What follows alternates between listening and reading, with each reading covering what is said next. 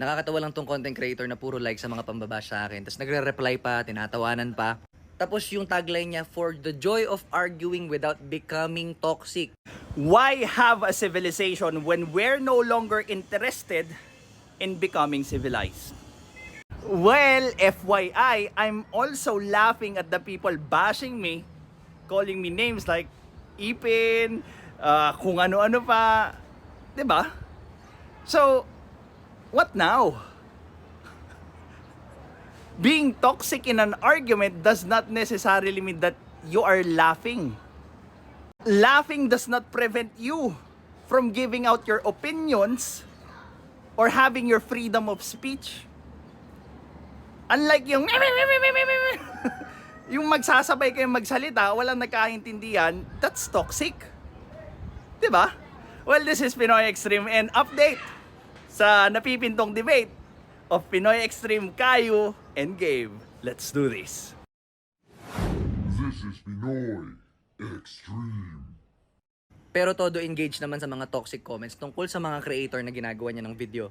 I engage in all, if not most, of the comments that they are putting up in the videos. Unless, magbigay rin sila ng condition, o bago ka mag-react dito sa comment ko, kailangan may 20 influencer ka muna na kasamang magre-react dito sa comment ko. O, di ba? Hindi naman ganun yung hiniling nila. So, libre akong mag-comment, mag-react, tumawa doon sa comment nila. Kahit nga yung comment na pambabash sa akin. And I do not see anything wrong with that. We are having fun. Even though at the cost of me or anyone else. Because those are just words. Hindi ka mapapahamak doon sa words na pang-aasar, lalo na yung pang-asar na bata lang. I'm way past those kinds of asaran. Kaya nga tinatawanan ko.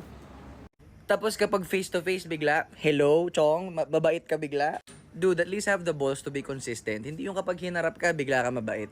Paano bang approach gusto mo? Yung bungad mo pa lang sabihin ko ka, kinangin na ang buhay to na malabo kong ipagpalit. Ganon? Murahan ka agad? Ginaji ka agad?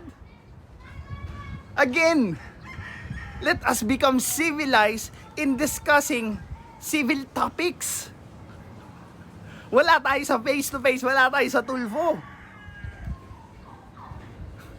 Anong problemang maging mabait? 'Di ba? Anong problemang kontrolin yung urges mo to become an animal and magkalat? Walang problema doon. 'Di ba? It's called being civil in the first place. Sasabihin nyo, galit ako. Ikaw ba hindi ka magagalit kung ginatasan ka ng 1 taon? Yang claim mo na ginatasan na yan, kung ayaw mong makomentan ka, i-private mo yung opinion mo. Saan ka nakakita ng content creator na ayaw mariakan? Well, there you have it. The best example. 'Di ba? Sabi na nga na Supreme Court, bawal maging balat sibuyas ang isang public figure. Sa bagay, di ka naman naniniwala sa Supreme Court. Ipapublic mo yung opinion mo, tapos ayaw mong mariakan ng iba? Are you still in the right mind, Gabe? Yung freedom of speech applicable lang pag kayo yung magpapahayag ng opinion nyo tungkol sa opinion ng iba, pero pag yung iba na yung gagamit ng freedom of speech, bawal na? Wow! Tapos laging nag-i-instigate ng negativity towards sa'yo. Dapat kung anong energy mo kapag nagla-like ka sa mga negative comments, tapos nire-replyan mo pa, ganun din dapat yung energy mo pag nagharap tayo. Confused ka sa energy and emotion. Paliwanag ko sa'yo, my energy is the same. I'm laughing. I'm having fun during the time na umakyat ka. But, yung emotions ko, doon ka nalilito. Sa tingin mo, yung emotions ko, every time that makikipagkulitan ako, makikipag-asaran ako sa comment section, is hatred towards you. No. I don't hate you. Issue, hindi tao. Yan yung parati mong tandaan, Gabe. Sasabihin mo, hindi mo ko ina-atake personally, but you engage with comments that attack me personally? And I'm engaging to the people who are also attacking me. What now? Diba? Again, uulitin ko ulit, sabi ng Supreme Court, bawal maging balat sibuyas ang mga public figure. We choose to be in public. So yung probability na may mga ganyang kaso, aasarin ka, mag-a-ad hominem, we need to take it. Hindi tayo pwedeng balat sibuyas doon. But again, hindi ka nga naniniwala sa Supreme Court. So what can I do about that? Welcome nga yung mga bashers ko na pumunta every time sa comment section, sa live, sa channel, sa groups, kung ano pa man yan. And welcome sila magpahayag, mang-asar, magbigay ng opinion nila tungkol sa itsura ko, sa pagkatao ko, so on and so forth. But, hindi ko tinitake yun personally. Kasi alam ko, yung value ng pinagsasabi nila, yung ad hominem nila, yung bigat ng mga argumento nila. Yun yung difference natin, Gabe. And you've used my wife and my daughter to reply to some comments?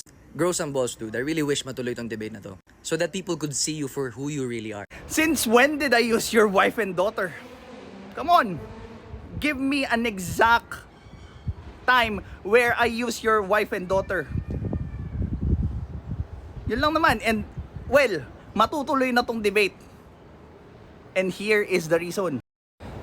Oh, Gabe, ayan na si Kayo. Pumayag na. So, yung nire-require mo, nagawa ko na. The minimum requirements has been achieved, Gabe. The ball is back on your court. As for the other content creators, I've already contacted them and hinihintay ko na lang silang magsabi publicly nung sinabi nila sa akin. I reserve that option for them to either agree or disagree with your challenge. Well, this is Pinoy Extreme. Have a good day.